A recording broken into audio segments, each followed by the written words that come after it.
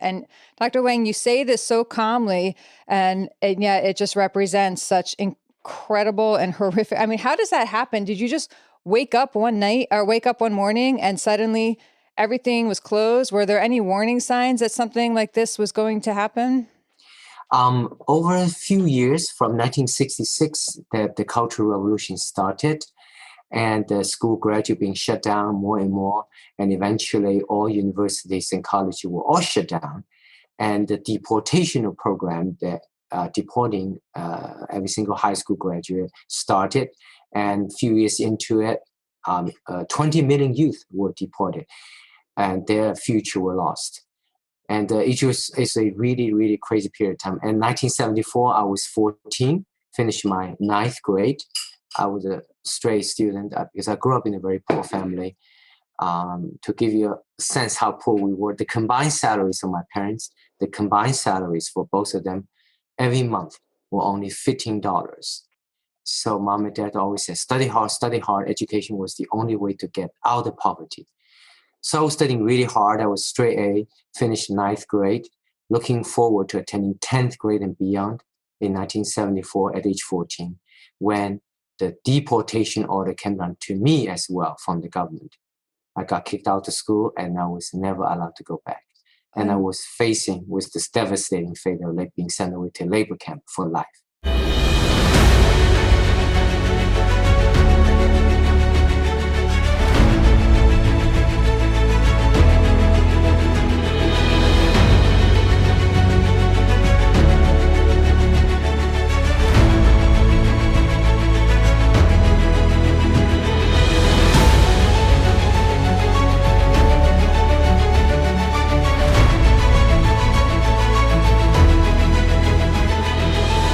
Hey there, welcome back to another episode of American Snippets. Today's guest is going to move you beyond belief unless you have really no heart at all. But for the average human being who thinks and feels and is impacted by powerful stories, sit down and buckle up, because Dr. Ming Wang's story is really nothing short of incredible. I am so happy and honored that our mutual friend Marie Cosgrove introduced us, Dr. Wang, and I'm so excited to get to share your story with our community today. I'm going to start off by popping up, those of you catching this on video will be able to see this here, the copy of his book, From Darkness to Sight, A Journey from Hardship to Healing, and it details specifically Dr. Wang's story of growing up in China and the oppression and horrific situations that he and his family endured and overcame with such grace and strength is really incredible. And how they all came to this country. Dr. Ming Wang is now the leading surgeon for, he's the doctor's doctors is what they call him, right? He performs record-breaking eye surgeries to restore sight to people and help people improve their sight. We're going to get into all of that before I botch up the science behind what he does. We're going to let Dr. Wang tell it properly. But most importantly, he's got some lessons and some comparisons I want people to pay attention to between things that he endured in China and which he and his family fled from, and things that are happening here in this country now. We're going to compare and contrast that a little bit because it's so very important. Dr. Wang, thank you so very much for taking the time to sit down with us today. Thank you, Barbara. It's an honor, a pleasure to be on American Snippets. Appreciate it. I really, when I sat down with your book and I was into just the first few pages, I literally had to just clear my schedule and just read this book. I was so drawn into it. A, it's beautifully written, and B, it is just so powerful and impactful. And I am so inspired by not just what your family and you went through, but how you went through it. And I learned so much from you on the grace and strength that you and your family showed, how your parents set such a good example for you, and how you stay true to your values all throughout your whole life and what you're doing now. So let's get into it a little bit and talk about your childhood, where you grew up. Thank you, Barbara. I grew up in China during a pretty crazy period of time called Cultural Revolution. From 1966 to 1976, the communist government decided the best way to keep on dictating is to keep people ignorant. The best way to keep people ignorant is to actually, believe it or not, shut down all universities and colleges of entire China, not just for a day or two, for 10 years, and forcefully sent away to labor camp every single high school graduate. So over 10 years of cultural revolution or cultural holocaust, really, by shutting down all universities and colleges of entire China for their 10 years, they sent away to labor camp 20 million high school graduates. So I grew up in that crazy period of time. Just that little bit alone should really just floor everybody who heard it. And Dr. Wang, you say this so calmly, and yet it just represents such incredible and horrific. I mean, how does that happen? Did you just wake up one night or wake up one morning and suddenly everything was closed? Were there any warning signs that something like this was going to happen? Over a few years from 1966, that the Cultural Revolution started, and the school gradually being shut down more and more, and eventually all universities and colleges were all shut down, and the deportation program that deporting every single high school graduate started, and a few years into it, 20 million youth were deported, and their future were lost. And it's a really, really crazy period of time. In 1974, I was 14, finished my ninth grade. I was a stray student because I grew up in a very poor family. To give you a sense how poor we were, the combined salaries of my parents, the combined salaries for both of them every month were only $15. So mom and dad always said, study hard, study hard. Education was the only way to get out of poverty. So I was studying really hard. I was straight A, finished ninth grade, looking forward to attending 10th grade and beyond in 1974 at age 14, when the deportation order came down to me as well from the government. I got kicked out of school and I was never allowed to go back. And I was facing with this devastating fate of being sent away to labor camp for life. So let's explain that a little bit. I had to really read that and reread that to believe it when it happened. That what is the labor camp? So you're 14 years old and the government can then take you, remove you from your home and your family and ship you off to some part of the country where you have to live the rest of your life? Yes. And it's a forcible deportation program, either from junior high school graduate or senior high school graduate, actually, particularly senior high graduate, because they shut down all universities and colleges anyway, so there was no place to go. So they will force each high school graduate, the moment you graduate from high school, you will be deported to some of the poorest part of the country and condemned a lifetime of poverty and hard labor. What they did is they changed your, what they call registration, meaning your legal status of being able to live in a city. They will change that registration to that poor part of the country. So it will then become illegal for you to even come back to live in the city. So they literally condemn you to a lifetime poverty. 20 million young people for life. Did you have friends who were deported? Yes. It was single biggest fear for all the young people during that period of time. And I talk about in my biography that many, many young people were fought with their life trying to avoid being sent away to labor camp. And if you try to do that, you try to escape that, come back to the city, you could be jailed. Oh my gosh.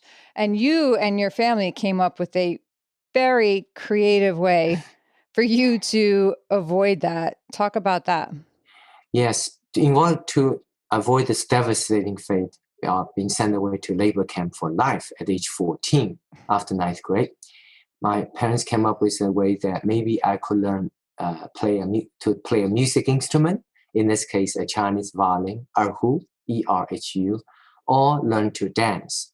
Because if you could do that, you might be able to get into what they call communist song and dance propaganda troupe. If you could do that, you might be able to avoid being sent away to labor camps, being allowed to stay in the cities, because communist governments still need musicians and dancers in the cities.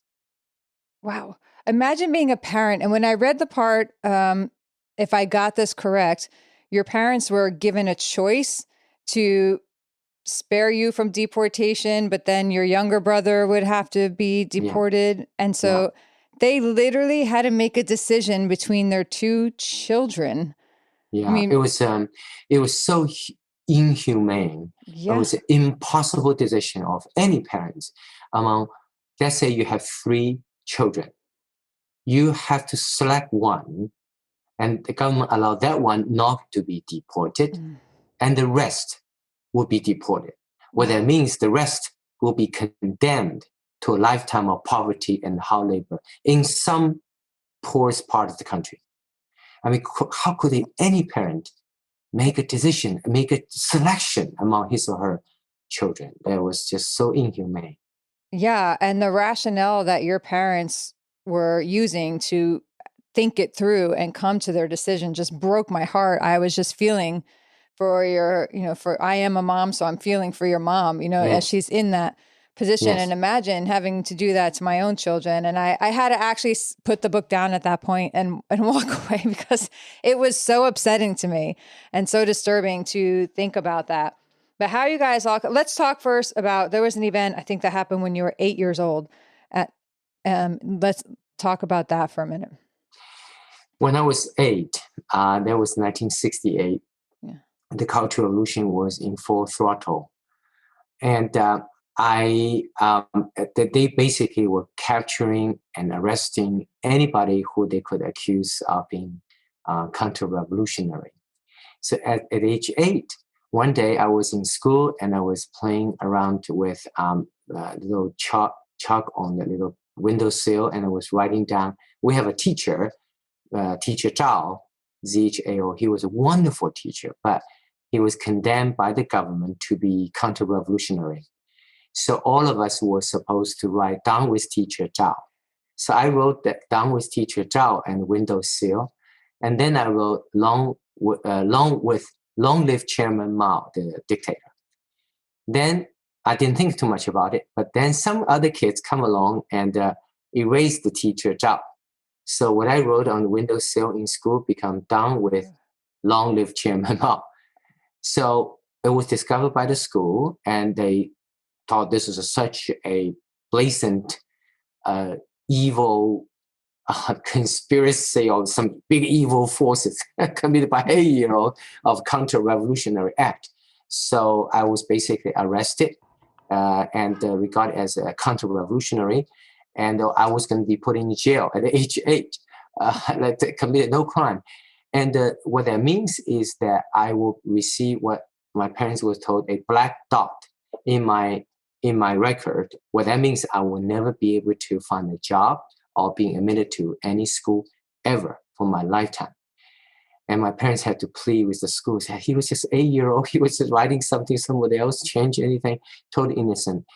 But finally, the school barely showed enough leniency and did not classify me as a counter-revolutionary.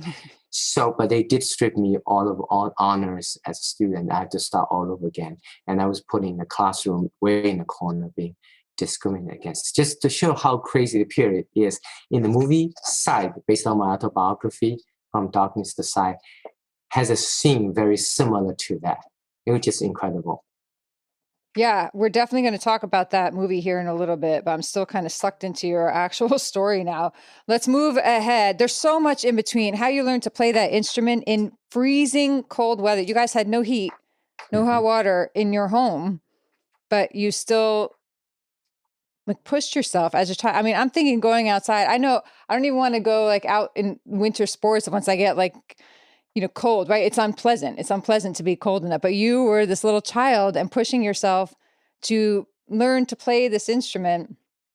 That's how desperate you Yes. were. Yeah, we had no electricity, no air conditioning, no heater.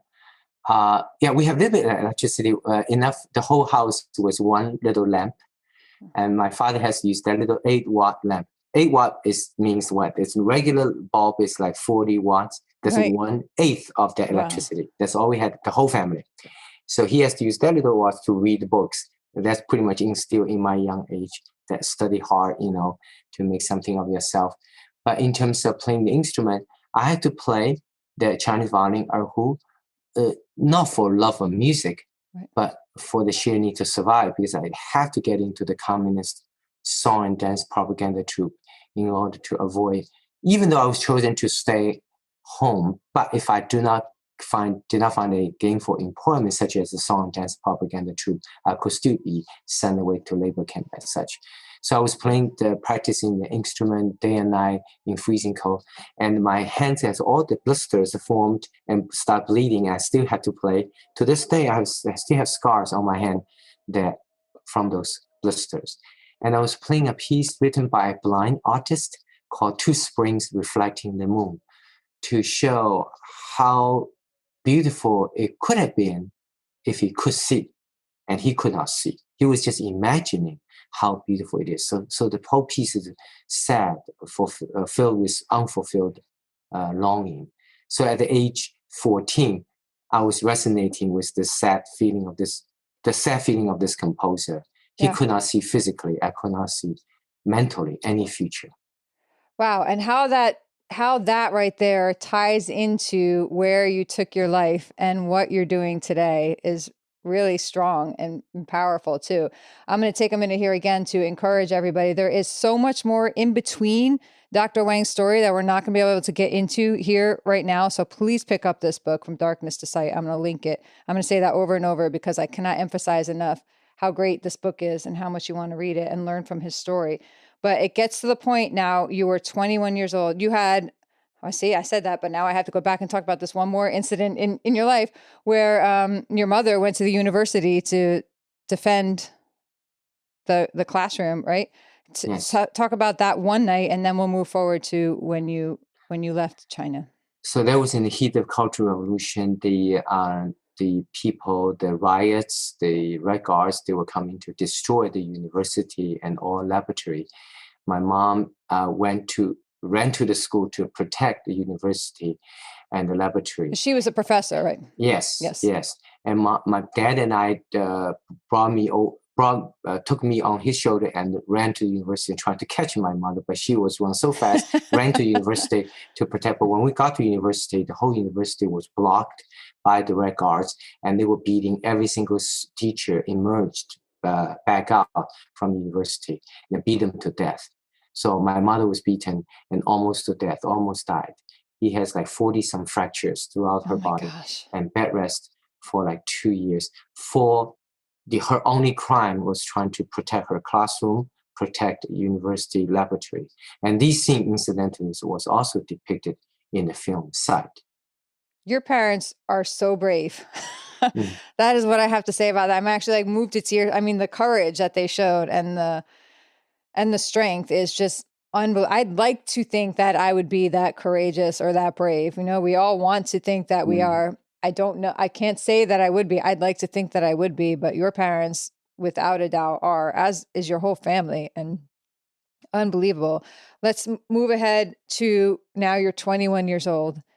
But miraculously, I guess we do have to fill in some blanks because you were kicked out of school, but then the chairman dies and everything changes, and you're giving one in how many millions of shot to get into university. Let's get into that because that's crazy too. So that was the 10 year into Cultural Revolution from 1966 to 1976 when the dictator died. So China realized what a tragic mistake it had made by having the Cultural Revolution, by having shut down universities and colleges of an entire country for the 10 years, by having deported 20 million high school graduates to labor camp for life. So they stopped the Cultural Revolution, reopened all the colleges, and mom and dad came home one day and they said, Ming, there's a chance to go back to school. I thought I would never be able to hear that in my lifetime. And I said, when? And mom said, maybe tomorrow. I said, well, 3 years ago, I was 14. I got kicked out of school after 9th grade. I had not been in school in the last 2 years, been studying music, dancing outside the school to try to avoid being sent away to labor camp. Now there's a chance to go back to school. Should I go back to 9th? And my dad said, no, higher. I said, 10th? He said, no, higher. I said, 11th? He said, no, higher. I said, wait a minute, Dad, you want me to go back to school tomorrow, but you want me to jump 3 years ahead, overnight, from 9th to 12th, having never studied 10th, 11th, 12th? He said, yes. I said, why? Why can't I wait for 3 years? Mom said, right now this college entry exam is being resumed, but there's no telling the government could change their mind next year and stop the college entrance exam for another 10 years. So this may be your only year to get in college. You have to jump 3 years overnight. Then I said, even if I magically become a 12th grader tomorrow, covering 3 years worth of course overnight, so what's my chance of getting into college as a 12th grader? And Mom said, about 1%. So that was impossible. So my parents said, we're going to help you. So during daytime, they were working very hard. At night, they borrowed some old review questions. But we were so poor that we didn't have money to Xerox anything like that. So Mom and Dad, they found little pieces of papers throughout the house and hand copy those questions onto these little papers. And every night drill me with these piece of papers containing those questions. They made me study 19, 20, 21 hours a day. I almost killed myself studying. But I was driven by the fear that I did not want to return to the darkness. And however small the chance, however small the hope for future, I was going to do everything that I could. So I did better get into college, but I did not want, have anything to do with the dictators anymore. So 1982, at age 21, with $50 borrowed from a visiting American professor with a student visa, with an English-Chinese dictionary, I was dropped at National Airport, Washington, D.C. With that $50, knowing no one in this country, could hardly speak English, even though I was poor, but I was happy because I have the freedom. Wow. I mean, just to think of that flight and what that was like and landing here. And in your book, I want to ask you a couple things. We'll get back to your story. You talk about things that you noticed about America first, right? You noticed, well, you made this one comment, and I'm going to quote the book. They say, living in a one-party system is difficult to imagine for anyone who's used to having choices. In the United States, people are allowed to have opinions about things. They can align themselves with any number of ideologies, and they can vote along a number of party lines. Do you still think you still think all of this is true? Yes, absolutely. I always say, even though America is not a perfect nation and we got our problems here and there's much to be improved, but it's still the best country on this planet.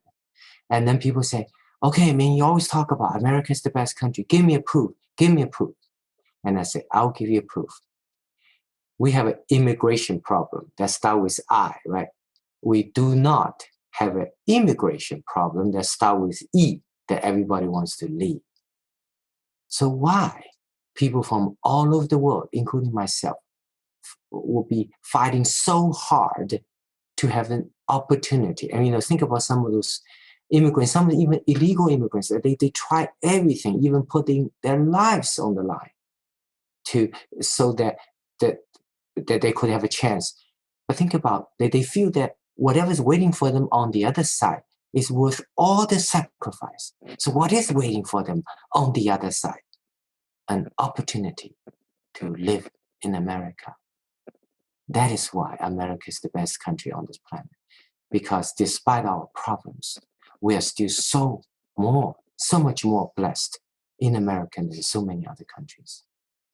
I love that. And I love that you continue repeating that message and that is so important to you. And again, we're going to come back to that later, but I wanted to touch on that now because I'd like to get into what you're doing now. You're doing extraordinary work now. Let's talk about that. I built a nonprofit. I have two nonprofit organizations. I actually on the board of 8 nonprofits, but 2 or 3 of them I spend most of the time. One is the Sight Restoration Foundation, where I aggregated eye surgeons from all over the world. We speak different languages from different countries, different ethnicities, but our common ground in the Sight Foundation is the love for blind orphan children.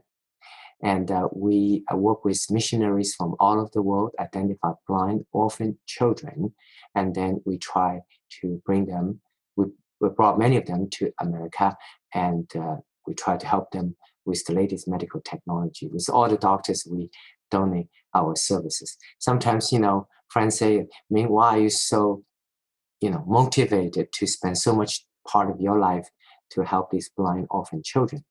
And my answer is very simple, because I used to suffer. I used to be in darkness, mental darkness, physical darkness, and I feel so connected with the blind orphan children who are living in darkness. I can feel their pain and suffering. And the other nonprofit I spend lots of time is our nonprofit for Common Ground Network, to study how we can help all of us to find the common ground. Because America today is so hyper polarized. That means we're increasingly fixated on our differences rather than appreciating what we have in common. And that's such a deadly spiral of polarization will really just will destroy a country. And why we're so polarized, I think fundamentally is because we have forgotten how blessed we are being able to live in America. So I want to use my work.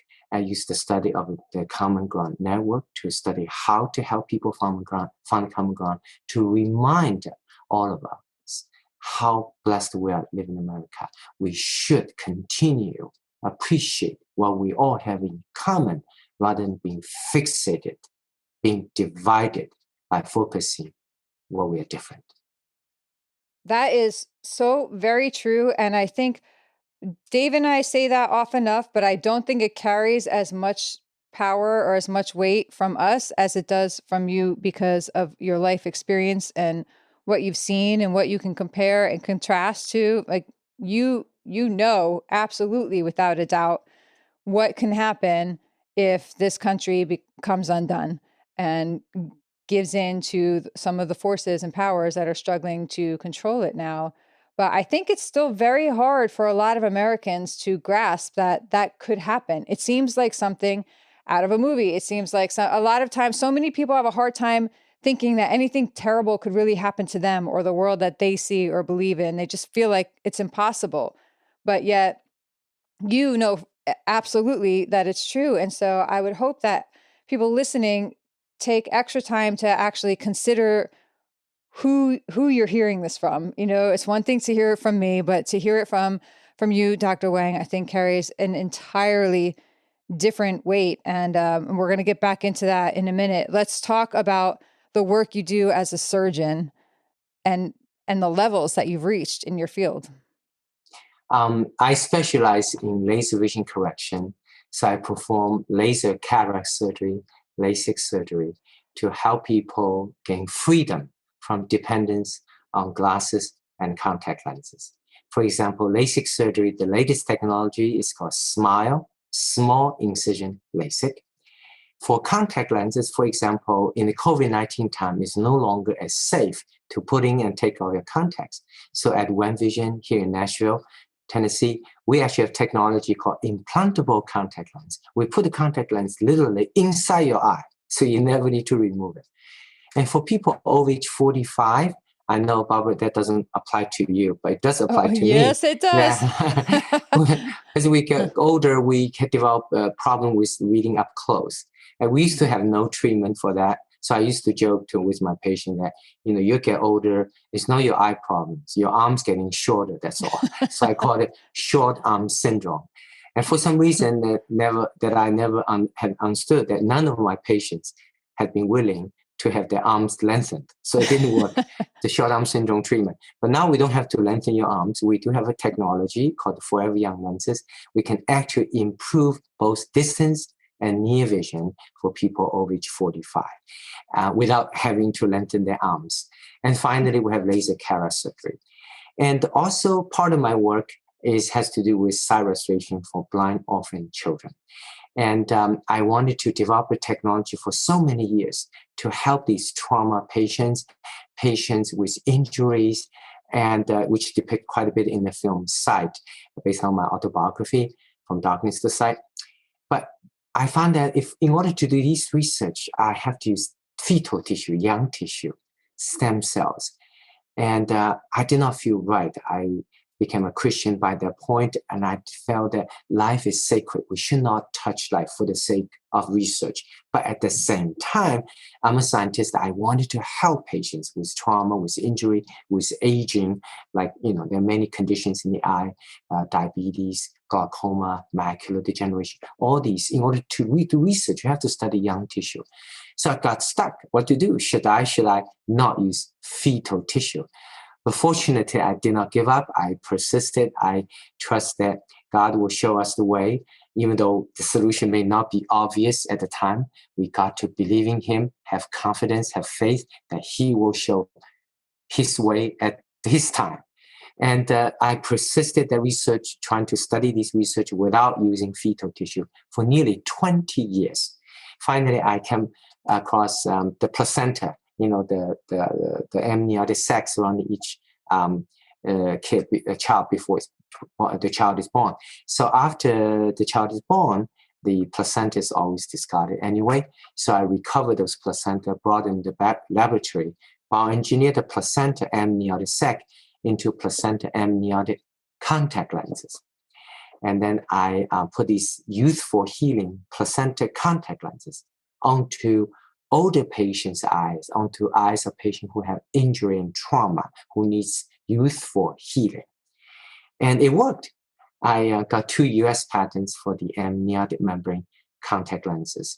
And so one placenta donated by one mother after giving birth to a child can be made into 100 little amniotic membrane contact lenses. So therefore has the potential to restore eyesight in 100 older adults or people with injury and trauma. To date, I'm very happy to report that amniotic membrane contact lens has been used now being over 10,000 eye doctors throughout the world in nearly every nation. And millions of patients have had their eyesight improved or restored with that technology. How does that feel to know that you did that? And when you look back, do you wish you could reach back to that little 8-year-old boy in China and say, hey, you are going to do amazing things with your life one day, and comfort that little 8-year-old boy? Or would you ever imagine as that 8-year-old boy that you're going to be sitting here in America impacting the lives of what is going to be millions of people around the world by the time passes? And it's something huge too, not even in a little way. You're impacting lives in a gigantic way. How does that feel to know that you've achieved that? What I've learned, Barbara, the most important thing to be a human being is to have that vision. For example, you asked the question that how would I ever imagine as an 8-year-old being almost declared as a counter-revolutionary, put into jail Right. in the communist government, that one day would be able to even imagine the opportunity that I have, the difference that I could make. And I think this has to do with vision. For example, at that time, even though we were so poor and I never grew up with any toy. All the toys I had in my life, I actually made it as a kid. I made each of the toys myself with my hand, with paper. So, for example, in the movie Sight, again, there was a little paper boat I made as a kid, and that little paper boat appeared throughout the movie. So, in terms of vision, what happened was my parents, despite the subsist poor living condition of our family at the time, somehow they had the vision. They saw in me that potential, that promise. So despite how difficult, how poor we were, they were insistent. I should study hard. A study education will give me a chance. So today we talk about many families that in the difficult circumstances that if the parents could have that vision, see in their kids that potential. We talk about parents make sacrifices, but sacrifice for what? For that vision they have in that they see in their kids. And for myself, I fought very hard throughout the life, as you read in the book, overcoming one obstacle after another. But then you say, why? It's not just about working hard.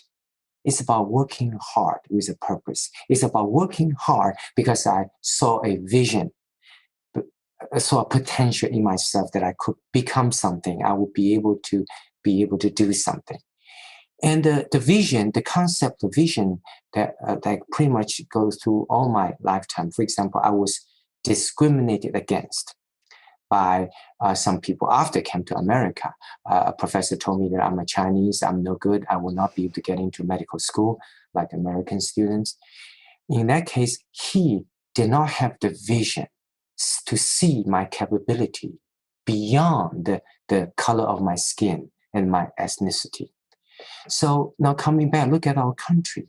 What we need also today is a vision to see that no matter how much problem we have, how much things we do need to improve, whether it's race relation, poverty, and opioid crisis, and all these things are challenges. But the vision that we should have is that we are so blessed as a nation, designated by God as a beacon of hope to show humankind that it's possible to form a nation, to have freedom and liberty, responsibility, and the sense of being able to find a common ground. So we need to have that vision. It's that vision will encourage all of us to be willing to reach the other side of the aisle, to build a relationship with someone who think differently from us, and to be able to be more willing to seek the common ground rather than settling with the division, polarization, and destruction.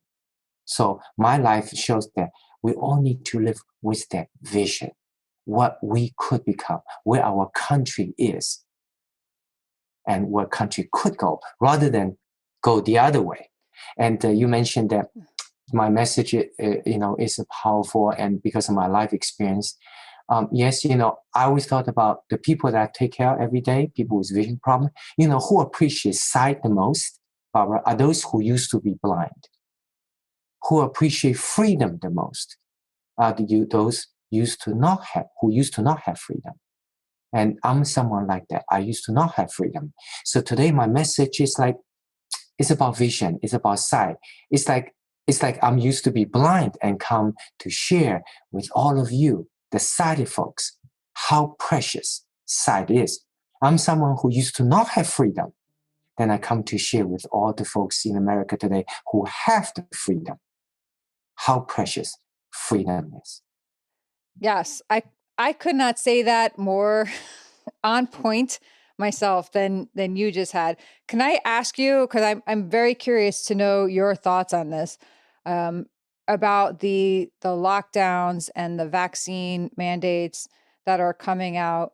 Do you see, or in your mind, is that how it should be? Or do you see, some of the country thinks, of course you should lock people down, and of course you should force them to have vaccines and wear the mask. And the other half of the country is saying, oh no, you're not going to lock me down and you can't force me to have a vaccine. And, that half of the country believes that that's the slope that is beginning to take away our freedoms, while the other half believes that this half is wrong. So where do you have an opinion on that you're willing to share?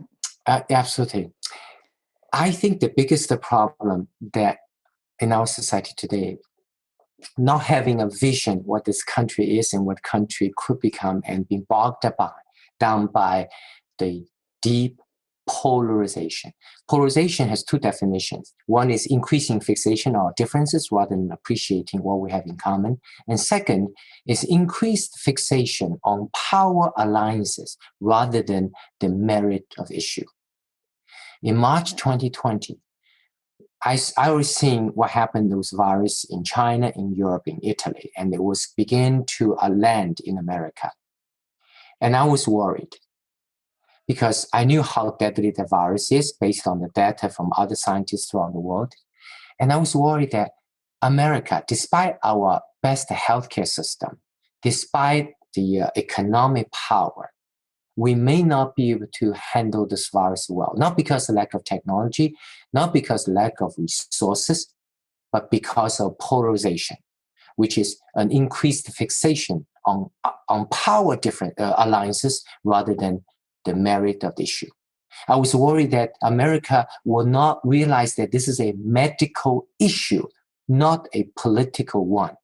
Last time I checked, this virus doesn't care you're blue or red, it will infect you anyway.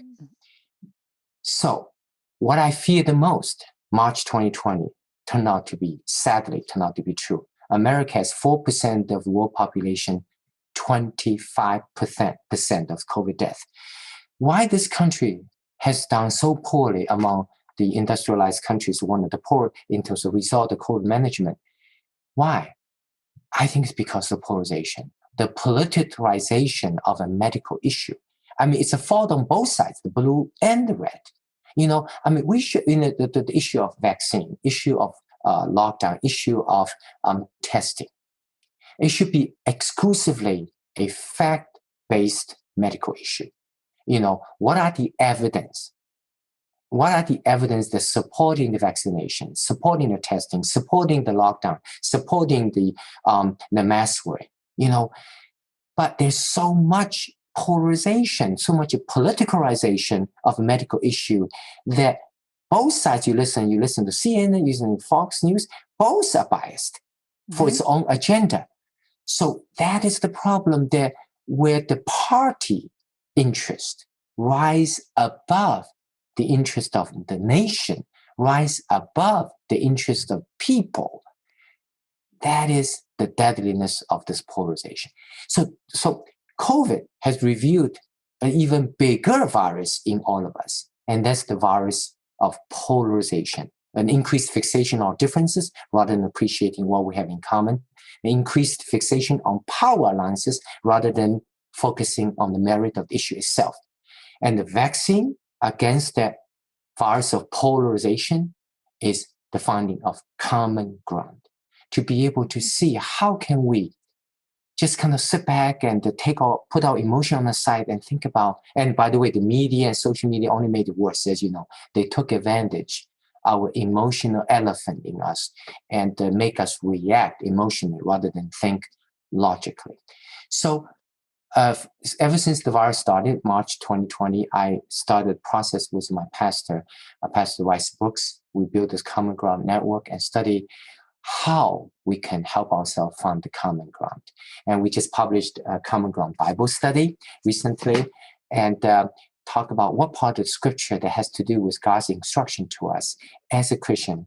And for non-Christian, like that as a human being, how we should find a common ground, why we should find common ground, and how should we do it.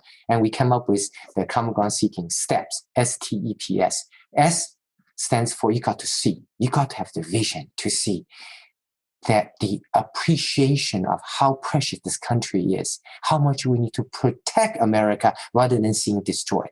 And we need to find that common ground. So that's number one. C. T, trade places. We should try to learn how to speak in the language of the listener. And E, empathy, being willing to look at issue from the other side, develop a love for fellow human beings. And P, we realize that to find a common ground, to be able to overcome the difference, there's a price to pay. There will be criticism, ammunition from some of your friends. But if it's the right thing to do, right thing for our nation, then we should do it. And finally, the S is to put into action, seek common ground. Actually, Jesus Christ, his life was our inspiration to formulate this common ground seeking steps. But the motivation behind all that, the common ground seeking, at the end of the day, is the sense of appreciation of America, to realize that it's such a precious country. We should, as citizens of this great nation, who are so lucky to be able to live here with the rest of the world, people are fighting sometimes with their lives to have the chance to come to live in America. We should appreciate so much more America. We should look at the cup is half full rather than keep on complaining the cup is half empty. Yes, I could not agree more. And thank you for sharing that with us. I am one of those people who is so, I don't even know what to believe anymore, and so that just makes you angry and frustrated, right? Because I feel like we get some truth from here, some truth from there, lies from here, lies from there. And, and so I've chosen to in terms of the vaccine, I'm sitting back until I figure out if who's right, who's wrong, what's right, what's wrong, for me. And so I still don't know who to believe. I can find research and data proving one position and proving the other as well. And so I don't know what to think about it. I have two little tricks, Bob, I'll share with you. One, I would listen to CNN for its criticism of the progressives. I would listen to Fox News for its criticisms of conservatives. So only 5% of each station will do that. But that tends to be the truth. And second little trick I found to try to distill the objective information from a sea of biased information is I look at the data outside the United States. Because in many countries like Italy, South Korea, Japan, many other countries, they don't have the red and blue issue. Right. So sometimes some of the data scientifically is more reliable. Yes.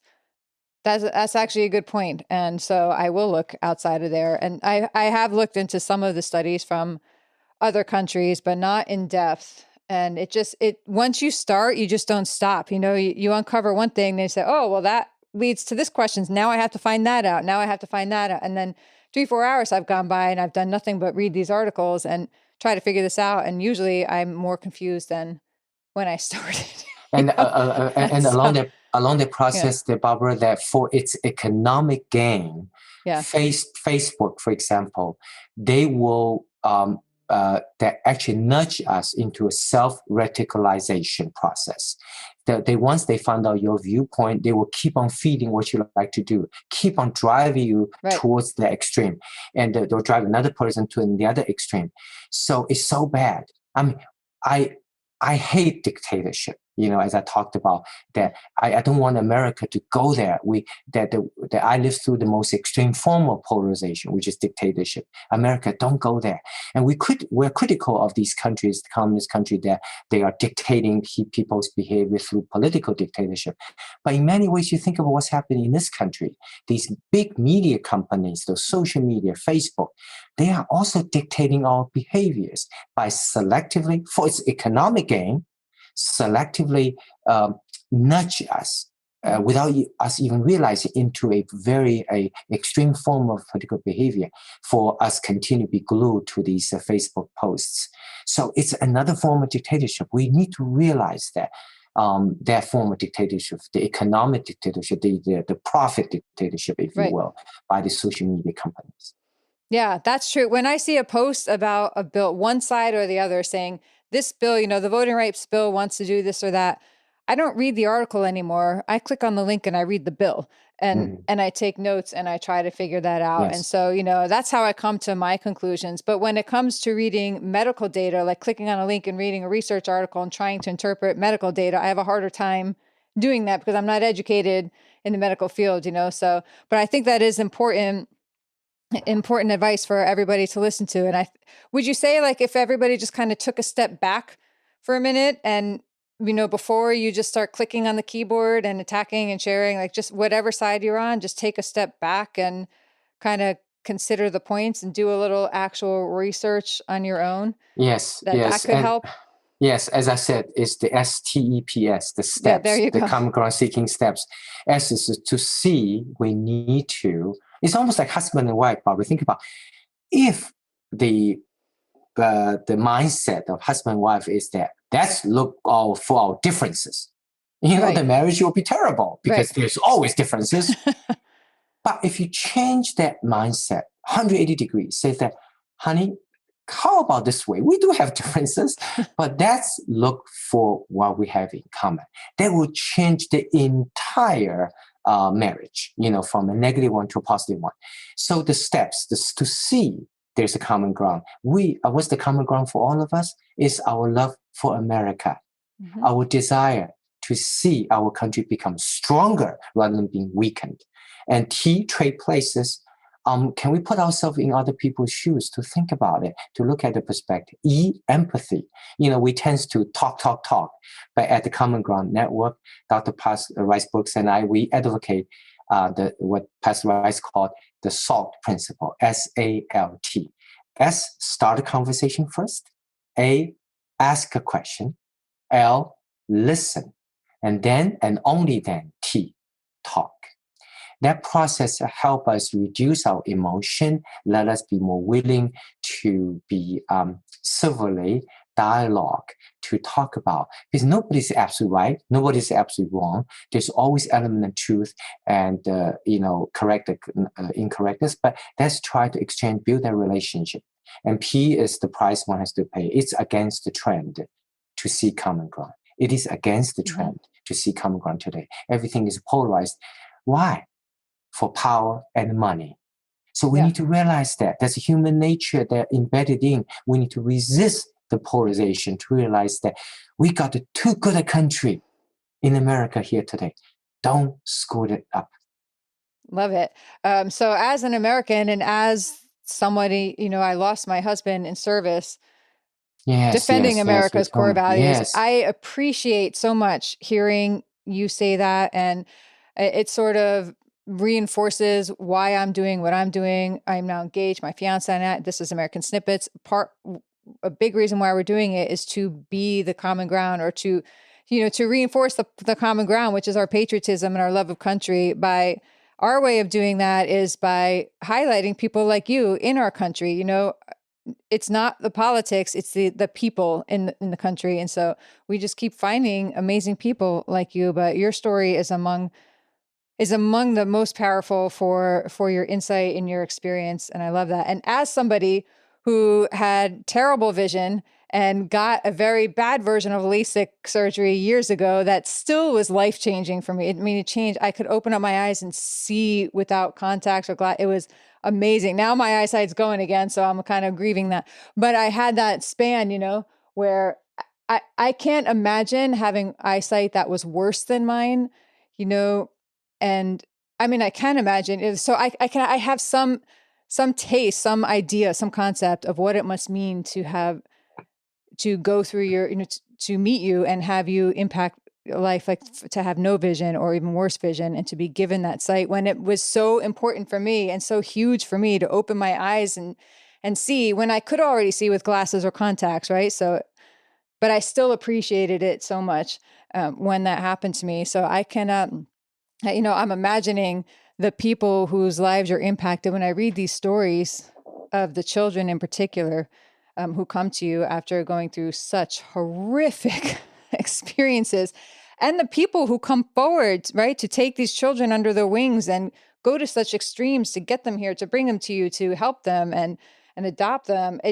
You all prove to me again that there is more good in this world than evil. And you guys are a shining example of that. I cannot wait to see the movie when it comes out. When is that coming out? In January? Yeah, the movie Sight, co-starring Greg Kineer, one of the Hollywood actors, will come out early 2022. And movie Sight, I've got a little card here. That movie Sight is based on my autobiography, From Darkness to Sight. And the message is a message of hope. It's a message of vision. Basically, through my life experience, I learned there's more to life than what we see. We, as parents, we need to see the potential in our children. As a people, we need to see beyond somebody's skin color or ethnicity to see the true potential. As a nation, as a people, we need to see beyond our conflict and the problems today, that in its core, America is a shining pearl in the world, a beacon of hope. And we have every reason to protect America. And especially for me, it's an honor for me to talk to you, Barbara, about, that the sacrifice. Your husband made the ultimate sacrifice. What made freedom possible in America? It didn't come free. It's the sacrifice because of folks like your husband put their lives on the line, because of millions of people, soldiers, and so many to defend our nation. It's because of the Constitution, the system that protect the citizenship, the freedom, liberty. So America to me is about freedom, common ground, and faith, and responsibility. Each of us have the responsibility to protect it, to protect America. For example, there's a current ongoing polarized viewpoint, which I disagree, is the association of discrimination versus failure, or someone who's discriminated, therefore someone must fail. No, as an Asian American, I think Asian Americans have provided a inconvenient example, so to speak, to that theory of association of discrimination and failure. Because Asian Americans are discriminated in many ways, as I have been as well. However, Asian Americans are not failures, has been somewhat reasonably successful. So the point is that don't consider ourselves to be a victim. We should see ourselves to be the victor. The difference between regarding oneself to be a victim and believing oneself to be the victor is all in how you see it. From great suffering can come great achievement, great work. So I really feel that it's the matter of vision. We all need to develop a vision, seeing beyond the current crisis our country is facing, to recognize that we are still so blessed because of the sacrifice of the veterans, because of the sacrifice so many people, our founding father, the U.S. Constitution, what America is all about, the tradition. We need to protect it because those are the gems that attract people from around the world. And I can speak to that because I'm one of those immigrants who appreciate America so much that I did everything possible to come to live here. And you're one of those people that our country is blessed that you did. So thank you. And to your family, I wish you nothing but happiness and health and continued success in our country. We will continue to support. We will put the links to your nonprofits in our article, and we will share that out. We'll continue to do so. When your movie comes out, we will share that out. I will put links to your amazing book. Everybody go read this book, but sit down and prepare to just have your mind blown when you read this book. And it's going to move you. Reading this book will actually change you if you absorb it properly. It'll change the way you see things, your perspective on things. And that will be a good thing. It'll be a gift. You realize how much you take for granted in our everyday life. And that's, I think, an important step as well in this process. So Dr. Wang, really, thank you so very much for everything you're doing and for taking the time to be a part of our little show here, American Snippets. We really appreciate you. What you're doing is so important, Barbara, American Snippets, because it's to provide a conduit so that people will be able to hear the perspectives and life experiences from people who, have something to share, have struggled through and have something to share. It's so important to open a channel of communication that allow people to learn the life's lessons and stories from other people. I really appreciate the opportunity to be on your show. Excellent. And if people want to find out more about you and your book and movie and your work, what's a website they can go to? It's very easy, drmingwang.com. So Perfect. DRMingWang.